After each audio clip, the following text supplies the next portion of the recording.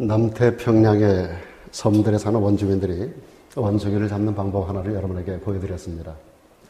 유사한 여러 가지 많은 방법들이 있습니다만 특별히 많은 경우에는 야자 열매에다가 오늘 여기서 보여드리는 영상은 거대한 그 개미집, 이런 거대한 개미집들이 많이 없기 때문에 주로 야자 열매를 많이 사용을 하는데, 많은 야자 열매들, 속이 빈 것을 나무에다가 든든하게 줄에다가 잡아매고, 그리고 아주 조그만한, 그러니까 손이 가까스로, 원숭이들의 손이 가까스로 들어갈 만한 아주 작은 구멍을 팝니다. 그리고 그 안에다가 땅콩이라든지 여러 가지 곡물들을 집어넣습니다.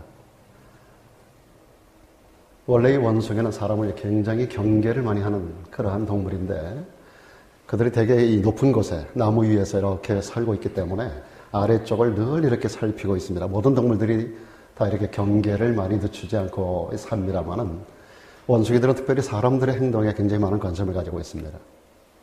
그래서 뭘 하는가, 저 사람이 도대체 뭘 하는가 이렇게 관심을 가지면서 의심 많기 때문에 다가오지는 않아요. 그러니까 이제 거기다가 땅콩이라든지 여러 가지 냄새나는 그런 곡물들을 집어넣고, 그리고 아무도 모른 척하고 조금 떨어진 곳에 가서 조용히 숨어서 이렇게 기다리게 되면 원숭이들이 사방을 살피다가 사람이 아직 안 온다라는 생각을 가지고 그곳에 다가온다는 거예요. 그 냄새를 맡고. 냄새를 맡아보니까 자기들이 좋아하는 거거든요. 그래서 거기다가 손을 집어넣고 한 움큼을 꽉 쥡니다. 주먹을 꽉 쥐면 뺄 수가 없는 작은 구멍이에요. 그럴 때 사람이 나타납니다. 나타나면 야단벅석이 납니다. 여러분 좀 전에 영상에서 본 것 같은 그런 모습입니다. 이런 야단벅석을 치면서, 그러면서도 그거 놓는 것을 몰라요. 손에 쥔 것만 놓으면 빠져나가서 도망을 갈 수 있는데, 이것을 끝까지 놓지 않고 있다가 결국은 사람의 손에 붙들리고 말게 됩니다. 결과는 어떻게 됩니까? 그 한 줌의 땅콩 까닭에, 그 한 줌의 곡물 까닭에 그의 생명과 맞바꾸는 그런 결과를 가져오게 된다라고 하는 교훈입니다. 사람들은 포기라고 하는 단어를 별로 좋아하지 않습니다.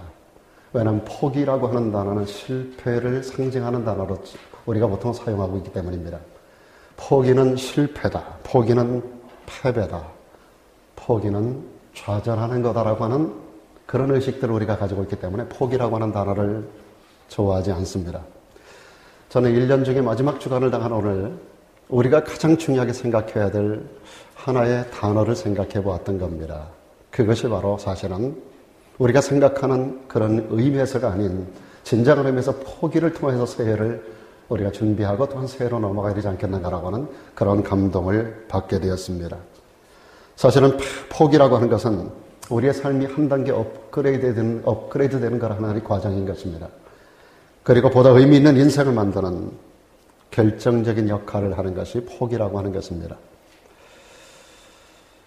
여러분들 대부분이 다 보니까 20대 그 아래에 있는 분도 있습니다만은 20대를 다 넘어가셔서 이제 대부분 다 이때를 경험했으리라고 봅니다만은 30대가 되면 제가 제 딸아이를 보면서 생각했던 거예요. 사람이 30대가 되면 20대에 가졌던 몸매라든지 피부라든지 체력이라든지 이런 것들을 사실은 포기해야 합니다. 그동안에 축구장에서 3시간을 뛰었던 사람, 3시간 아니라 4시간, 5시간도 축구장에서 나오지 않았던 사람들이 이제는 50대가 되면 내일을 위해서 1시간만 뛰고 밖으로 나와야만 됩니다.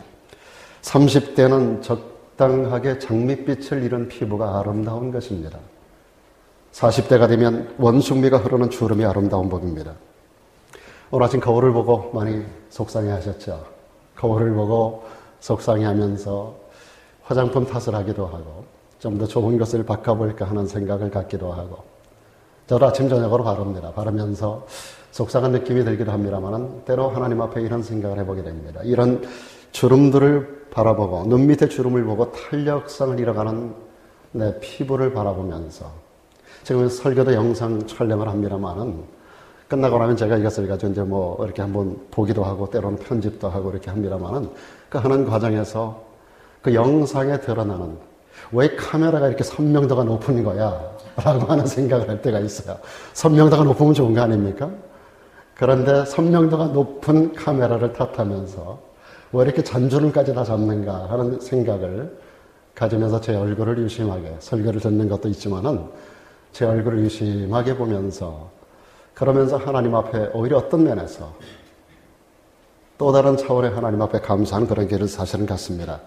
그래서 탄력성을 잃어가는 피부, 주름살을 바라보면서 우리는 영혼이라고 하는 단어를 생각하게 하는 하나의 과정상의 이 과정이 반드시 통과되어야 된다라고 하는 것을 생각해 보면서 나로 하여금 영혼에 대한 분명한 확신과 소망을 갖게 하시는 하나님 앞에, 거울 앞에 설 때마다 속상해하는 것이 아니라 하나님 앞에 영혼을 향하여 걸어가는 나의 삶이 조금 더 천국에 가까이 가는구나라고 하는 그런 생각을 가지면서 우리는 감사할 수 있어야 될 거라고 생각이 됩니다.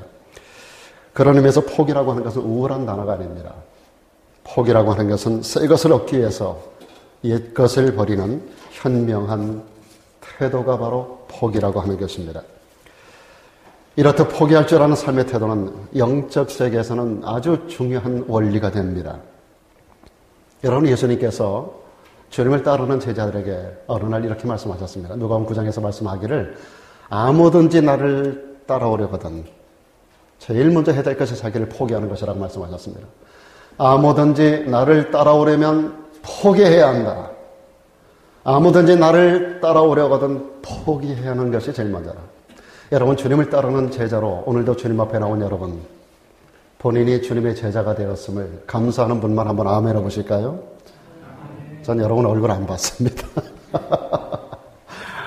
여러분, 주님의 제자이기를 기뻐하십니까? 우리가 하나님의 사람 되었음을 기뻐하십니까? 저도 주님을 따라가는 주님의 제자입니다. 뭐 디사이플십 이런 얘기를 우리가 하지 않는다 하더라도 우리는 모두가 다 제자도에 입각한 길을 걸어가는 주님의 제자가 된 줄로 믿습니다. 여러분, 주님을 따르는 제자들에게 2000년 전으로부터 오늘날까지 주님을 따르기를 열망하는 자들에게, 아니 주님을 따르는 모든 사람들에게 주님이 여전히 우리들에게 제시하는 첫 번째 조건이 있습니다. 자기를 부인하라는 겁니다. 자기를 포기하라는 겁니다. 그것이 뭔 의미인가 하면 주인을 바꿔야 한다는 겁니다. 우리가 예수를 만나기 전까지는, 예수님을 믿기 전까지는, 우리가 하나님을 알기 전까지는 내가 내 인생의 주인 되어 살아가는 존재입니다. 내 마음대로 생각하고 내 마음대로 계획하고 내 마음대로 자행자지하면 되는 거예요. 뭘 할까? 내 마음대로. 무엇을 먹을까? 내 마음대로. 어디로 갈까? 내 마음대로. 내가 어떤 일을 할까? 내 마음대로. 내 마음대로 하는 거예요. 그것이 자기가 자기 인생의 주인 되는 것입니다. 그러나 주님을 만난 이후부터는 우리는 소유가 달라지는 겁니다. 베드로가 말한 것처럼 너희는 나의 소유된 백성이라고 말씀합니다. 우리는 그분의 소유된 백성이에요. 우리는 그분의 나라예요. 우리는 그분의 거룩한 백성들이에요. 그러므로 우리는 내가 내 인생의 주인이 아님을 인정하는 데서부터 주님을 따르는 제자의 첫걸음을 시작하게 되는 겁니다. 아무든지 나를 따라오려거든 자기를 부인하고 날마다 자기 십자가를 져라. 자기를 죽여야 된다는 겁니다. 십자가는 어느 때든지 죽음을 상징하는 거예요. 여러분, 주인을 바꾸고 그 다음에 날마다 나를 부인하지 않으면 안 돼요. 나는 십자가에 못 박는 거예요. 그리고 나서 주님을 따르라고 주님께서 우리들에게 말씀해 주고 있는 것입니다. 이것이 주님을 따르는 제자들에게 주신 첫 번째 주님의 권면입니다. 그래서 사도 야고보는 야고보서 1장 15절에서 이렇게 말합니다. 욕심이 잉태하면 죄를 낳는다. 그리고 죄가 장성하면 사망을 가져온다라고 말하고 있습니다. 욕심이 잉태하면 죄를 낳고 죄가 장성하면 사망을 낳는다. 인간에게 죄와 사망을 가져오는 이 욕심, 이것이 어디에서 나왔을까요? 자기를 포기하지 않는 데서, 자기를 포기하지 않는 데서, 내가 내 인생의 주인됨을 포기하지 않는 데서, 하나님의 주인 되심을 인정하지 않는 데서, 여러분, 아담과 하와의 타락이 자기가 자기 인생의 주인 되는 거예요. 내 마음대로 해보는 거예요. 하나님의 말씀이 뭐라고 말씀하시는지 내 마음대로 해보는 거예요. 하나님의 말씀이 안 된다고 해도 내 마음대로 해보는 거예요. 하나님은 안 된다고 하는 것을 내 마음대로 따서 먹어보는 거예요. 이때로부터 우리 인간은 타락이라고 하는 늪으로 들어가고 절망 가운데 인생은 죽을 수밖에 없는 존재가 되어버리고 만 것입니다.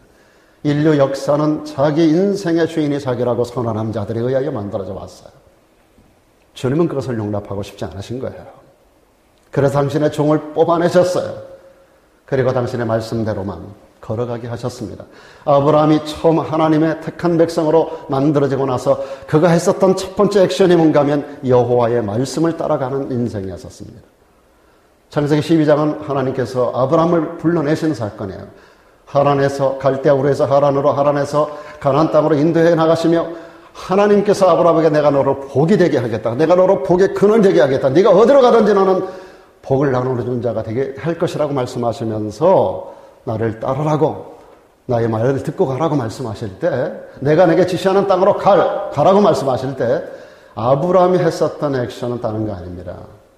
여호와의 말씀을 듣고 갔더라라고 기록하고 있습니다. 여호와의 말씀을 듣고.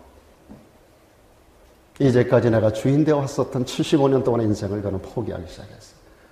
새롭게 나를 부르신 그분,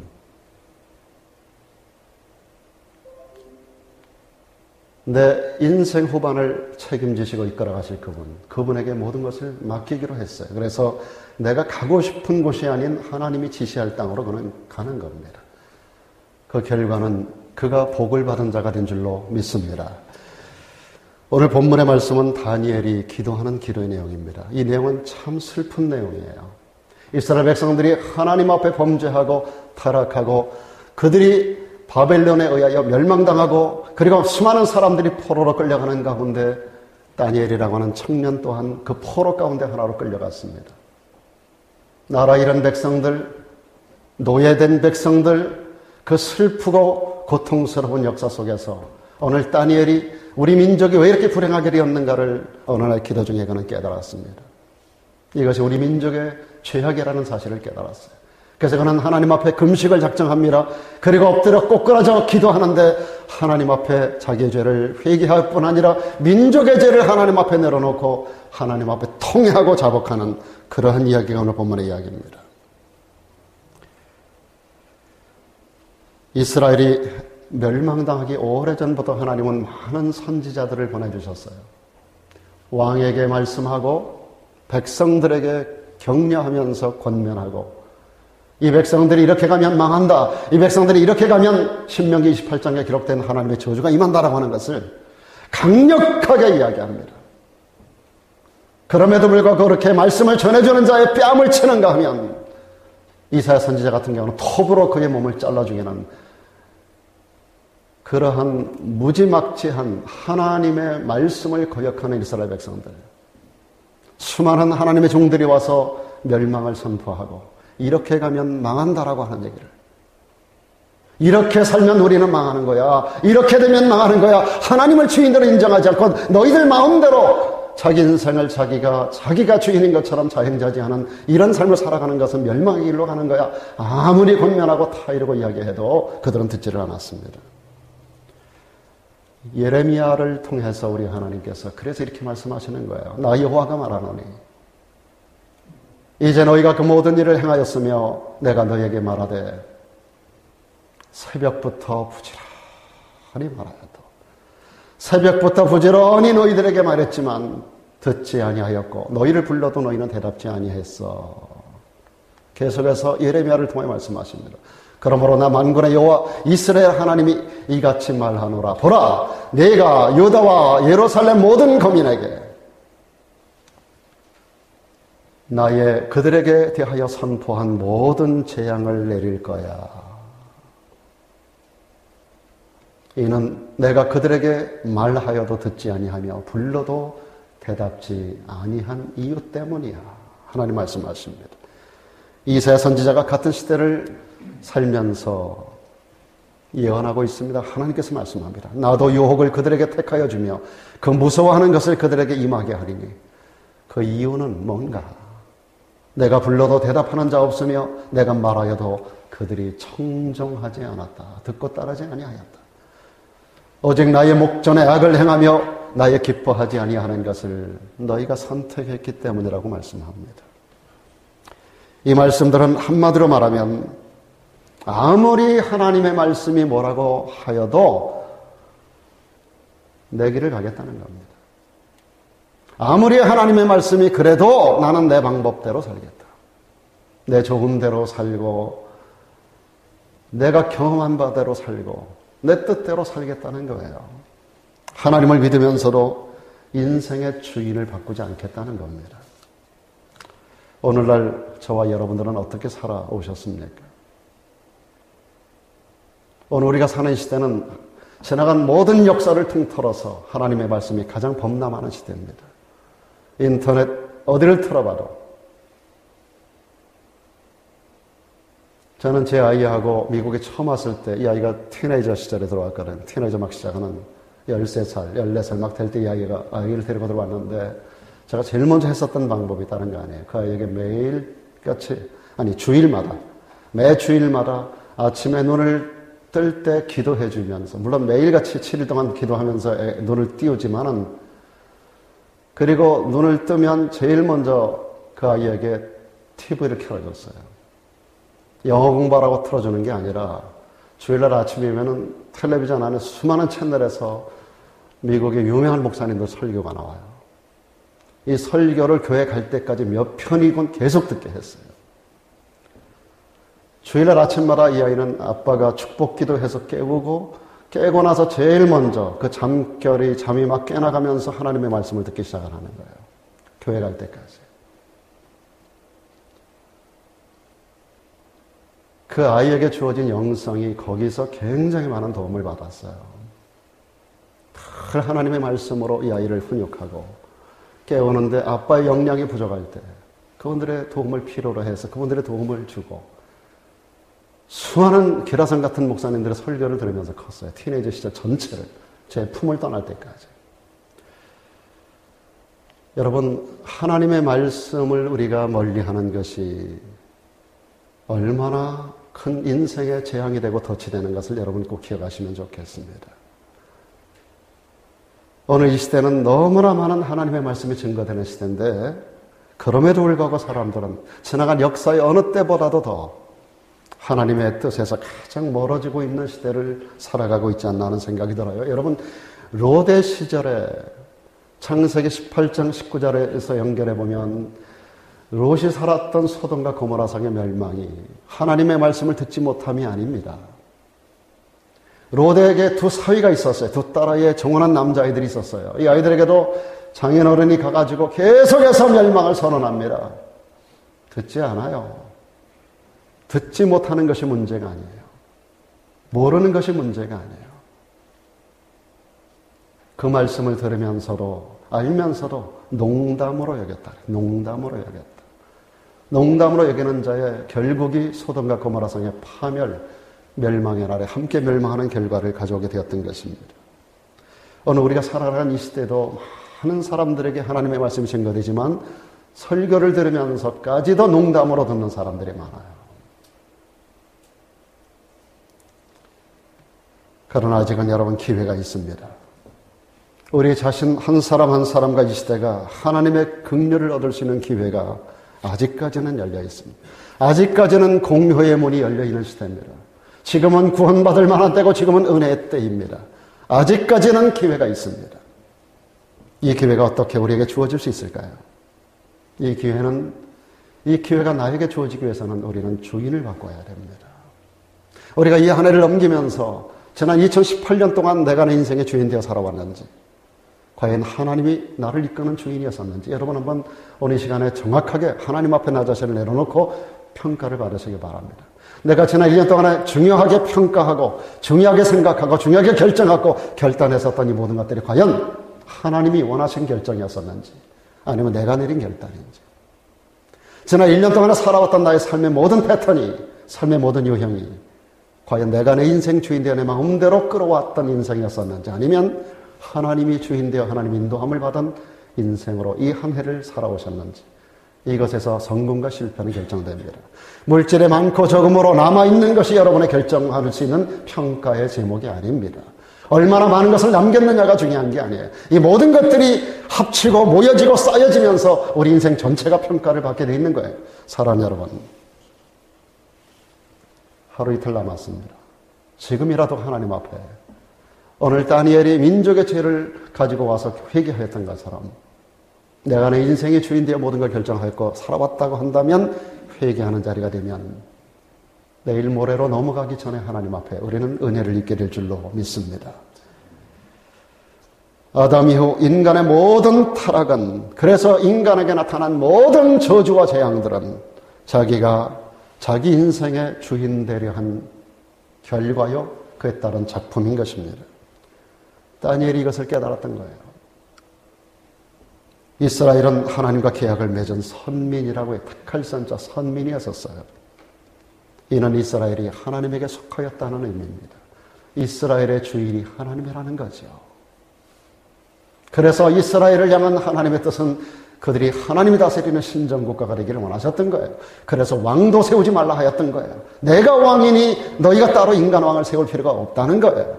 내 명령대로만 살면 된다는 거예요. 그들에게 법을 세워주셨어요. 율법을 주셨어요. 그 말씀대로만 살면 된다는 거예요. 그러나 그들은 그렇게 하고 싶지 않았던 거예요. 그래서 왕을 세워달라는 거예요. 결국 그들이 소원했던 왕을 세워준 이후 그들이 세웠던 왕들로 인하여 나라가 분단되고 그 왕들로 인하여 북왕국 이스라엘과 남왕국 유다가 BC 722년 아수르에게 멸망당하고 BC 586년 바벨론에게 멸망당하는 불행한 그들의 역사를 만들어내었던 것입니다. 여러분, 우리 인생을 통치하고 우리 인생의 주인 되면 잘 나가는 것 같아도 시간이 지나가면서, 그리고 대를 이어서 하나님의 축복의 역사를 만들어갈 수가 없는 겁니다.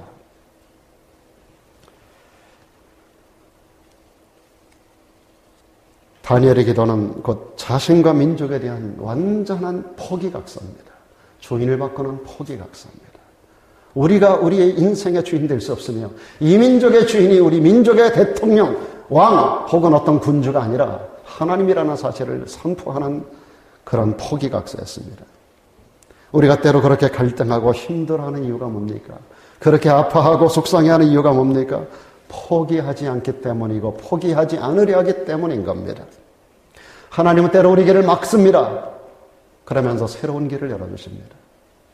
하나님은 아픔을 주십니다. 그러면서 우리를 성숙하게 합니다. 여러분, 포기하면 하나님이 역사하십니다.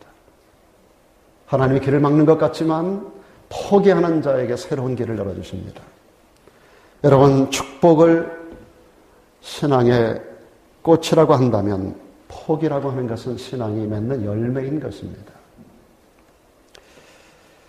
영국의 유명한 수상의 한 사람이 있었습니다. 올리버 크롬웰이라고 하는 사람인데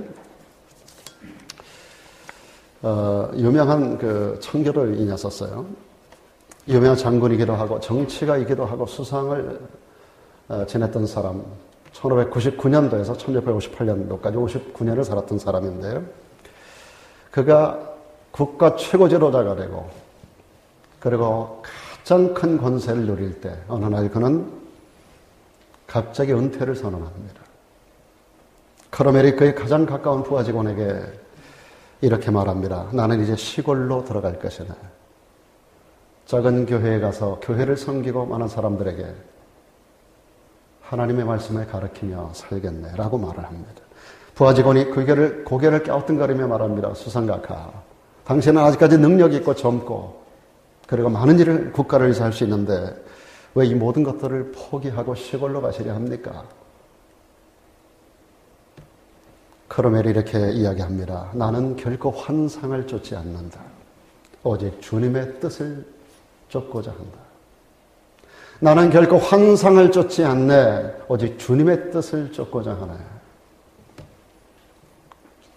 크롬웰에게는 사람들이 그렇게도 갈망하는 권력욕, 명예욕, 물질욕 같은 이 모든 것들은 환상에 불과했던 겁니다. 그에게 더욱 중요한 것이 있었다는 것은 바로 하나님의 뜻을 이루는 것이었습니다. 하나님의 뜻. 우리는 수없이 많은 포기의 열매들을 통해서 생명에 속한 리얼 크리스찬으로 거듭나게 되는 것입니다. 그리고 명품 크리스찬으로 우리는 거듭날 수가 있습니다. 왜 그 많은 성도들이 명품 신자가 되지 못하는 겁니까? 왜 그렇게 많은 크리스찬들이 리얼 크리스찬이 되지 못하는 겁니까? 저는 35, 6년 동안의 단독 목회 사역 속에서 많은 교회 속에서 많은 성도들을 만났습니다만은 진짜 그리스도인들을 많이 찾아보지 못했습니다. 진짜 그리스도인. 5년을 변하지 않는 사람을 찾기 어렵고 10년까지 가는 사람 정말 희귀했고요. 평생을 두고 정말로 존경할 수 있는 그러한 성도들 거의 찾아보기가 어렵습니다. 그러나 몇은 있어요. 여러분, 몇 되지 않는 사람, 그들 가운데 저와 여러분이 속해 있기를 주의 이름으로 축원합니다. 여러분, 신앙의 출발은 소유와 누림입니다. 그래서 초신자들일수록 예수 믿고 많은 것을 얻었다고 간증합니다. 신앙의 출발이 소유예요. 누림이에요. 그래서 많은 초신자들에게 간증하라 그러면 예수 믿고 많은 것을 얻었다, 누린다고 이야기합니다. 그러나 신앙의 마지막은 포기와 내려놓음과 비움이에요. 그래서 신앙생활을 오래 하고 성숙한 성도들은 예수님 때문에 많은 것을 포기했다고, 예수님 때문에 많은 것을 버렸다고 간증합니다. 여러분의 간증 형태는 어떻습니까? 예수님 때문에 많은 것을 누리기를 축원합니다. 그러나 그것이 여러분의 목적이라면 여러분은 아직까지도 신앙이 어린 사람들입니다.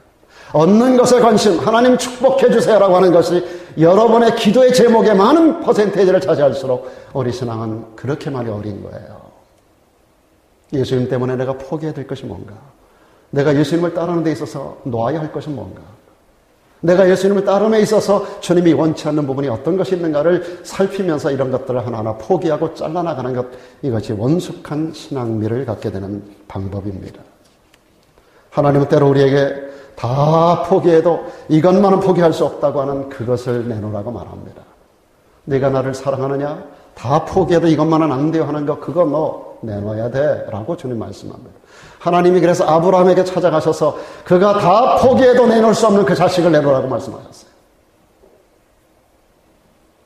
100세에 얻은 아들, 또다시 낳을 여망이 없는 가운데, 여러분, 아브라함은 하나님이 내놓으라고 할 때 돈 다 내놓을 수 있었어요.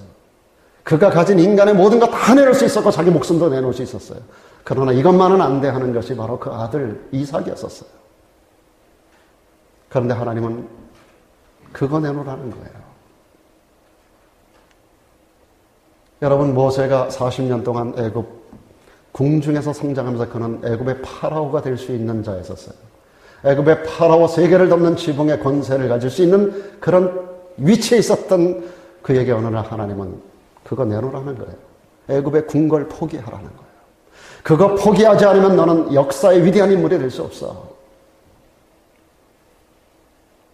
마리아라고 하는 여인에게 우리 주님이 네가 꼭꼭 감추고 있는 거 있지? 그거 내놓으라고 말씀하셨어요.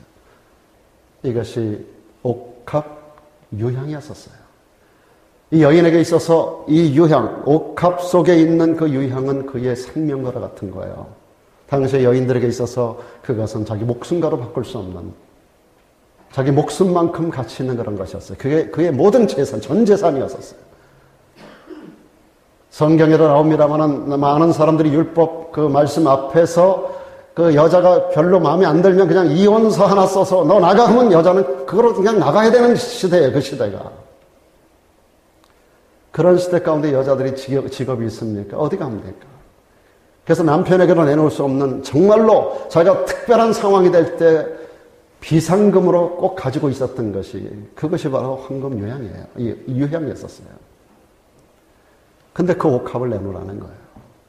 근데 여러분, 아브라함은 그 독자 이삭을 주를 위해서 드렸어요. 모세도 궁궐을 떠났어요. 이 여인 마리아도 옥합을 깼습니다.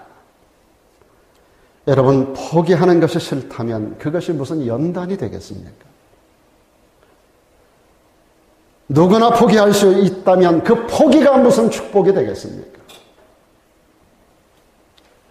연단 중에 마지막 연단이 두 가지가 있는데, 하나는 내가 사랑하는 것을 포기하는 것입니다. 이것이 첫 번째 연단입니다. 마지막 연단의 두 가지 중에 하나예요. 내가 사랑하는 것을 포기하는 것.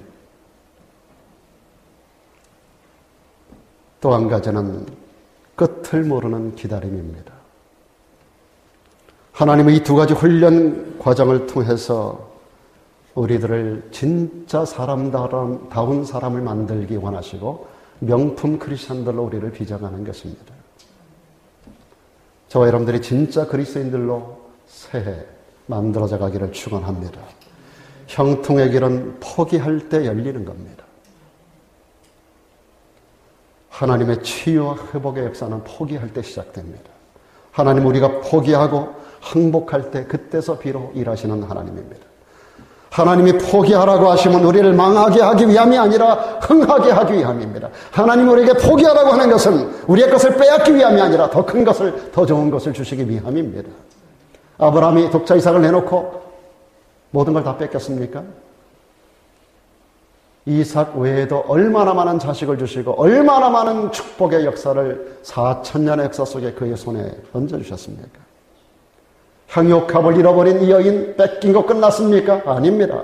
그 여인의 행한 일이 오늘 이 강단에서도 행한 일이 아름답게 증거되어 그 향내가 온 세상에 진동하고 있지 않습니까? 모세가 궁궐을 빼앗겼다고 그것으로 끝났습니까? 아닙니다. 그것을 인하여 그는 자기 하나의 영광이 아닌 민족의 영광을 만들어내는 영광스러운 엑소더스의 주인공이 되었던 거예요, 여러분. 더 좋은 것이 생기면 덜 좋은 것은 포기하는 겁니다. 여러분에게 가장 좋은 것이 예수가 되기를 축원합니다. 그래서 사도 바울이 이렇게 고백하지 않았습니까? 빌립보 3장에서 말합니다. 무엇이든지 내게 유익하다고 생각했던 것, 내가 이것을 그리스도를 위하여 다 해로 여긴다 그랬고요. 또 모든 것을 해로 여김은 내 주 그리스도 예수를 아는 지식이 가장 고상하기 때문이라고 그는 말합니다. 내가 그를 위하여 모든 것을 잃어버리고 배설물로 여긴다. 똥처럼 여긴다. 왜? 그리스도를 얻고 그 안에서 발견대로 함이라고 말하고 있습니다. 하나님은 오늘도 포기 현장에서 저와 여러분을 기다리고 계십니다. 죽으면 살려주십니다. 포기하면 길을 열어주십니다. 새 인생을 살게 하십니다.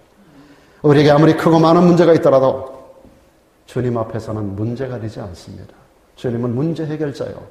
그분은 모든 문제의 키인 줄로 믿습니다. 문제는 내 자신인 거예요. 포기하지 않는 내 자신. 놓지 않으려고 하는 내 자신. 엎드리지 못하고 매달리지 못하는 내 자신에게 문제가 있는 거예요. 우리가 엎드리는 시간은 하나님이 일하는 시간입니다. 우리가 포기하는 순간 하나님이 응답하고 일하시고 역사하는 순간임을 잊지 않기를 바랍니다. 여러분, 내가 내 인생의 주인이기를 포기할 때 하나님이 내 인생을 책임집니다. 내가 내 인생의 주인이기를 포기하지 않으면 하나님이 일하실 수가 없습니다. 네 멋대로 하라는 겁니다. 네 멋대로 선악과 따먹고 네 멋대로 살라는 겁니다. 하나님이 손을 대줄 수가 없고 도와줄 수가 없는 거예요. 우리가 하나님의 소유임을 인정하고 내가 내 인생의 주인이 아니고 하나님이 내 인생의 주인이라는 사실을 인정할 때 하나님이 우리의 삶을 책임지는 거예요. 마지막 이야기 하나 하고 마치겠습니다. 여러분, 수많은 동물 가운데서 유별스럽게 눈썹이 긴 동물이 하나 있습니다. 뭘까요? 낙타입니다. 낙타. 이게 낙타의 눈썹입니다. 이 눈썹을 잘 들여다보면 이렇게 앞으로 이렇게 내려서 뭔가를 가리고 있는 그런 모습이에요. 그 이유가 뭔지 압니까? 낙타는 사막에서 살아야 하는 동물이기 때문입니다. 사막에는 무서운 모래바람이 불어옵니다. 이 무서운 모래바람을 막는 눈썹이에요. 이 눈썹이. 사막에서 뜨거운 모래바람이 앞을 가릴 때 오직 길을 잃지 않고 앞으로 나갈 수 있는 동물은 낙타밖에 없습니다. 우리는 등에 혹만을 생각하는데 사실은 눈썹이 앞을 뚫고 나가는 거예요. 그런데 낙타는 무릎이, 굳은 살이 굉장히 두껍게 있습니다. 이게 낙타의 무릎입니다. 굳은 무릎, 굳은 살이 박혀있는 무릎이에요. 사막의 모래바람이 강하게 불어닥치면, 아주 강력하게 불어닥치면 천하의 낙타도 뚫고 나갈 수가 없어요. 그때 낙타는 무릎을 꿇습니다. 그리고 이 바람이 다 지나갈 때까지 일어나지 않아요. 그에게 있어서 가장 큰 환난이라고 할 수 있는 강력한 모래바람이 다 지나갈 때까지 이 낙타는 무릎을 꿇고 있습니다. 끝없는 기다림입니다. 우리는 기도의 사람들을 흔히 낙타 무릎이라고 말합니다. 낙타 무릎. 오랫동안 무릎 꿇고 기도하기 때문이죠. 미국에 와보니까 무릎 꿇고 기도하는 사람이 거의 없습니다만은 저는 이제 무릎이 다 나가서 무릎을 꿇을 수가 없어서 요즘은 제가 무릎을 못 꿇는데요. 평생을 무릎을 꿇어봤어요. 기도 많이 하는 분들이 무릎이 다 이렇게 낙타 무릎이라고 부르고 있지 않습니까? 하나님 앞에서 너무나 많이 무릎을 꿇어서 무릎이 낙타 무릎같이 된 거예요. 하나님께서 인정하시는 어떤 의인도, 하나님이 아무리 인정하는 의인이라 해도, 아무리 하나님 앞에 충성된 인물이라 하더라도 사랑 여러분, 삶의 고난에서는 예외인 사람이 하나도 없습니다.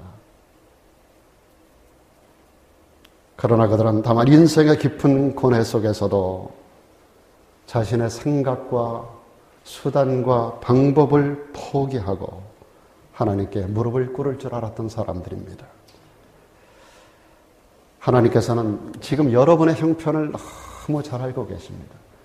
여러분의 니들을 너무 잘 알고 계십니다.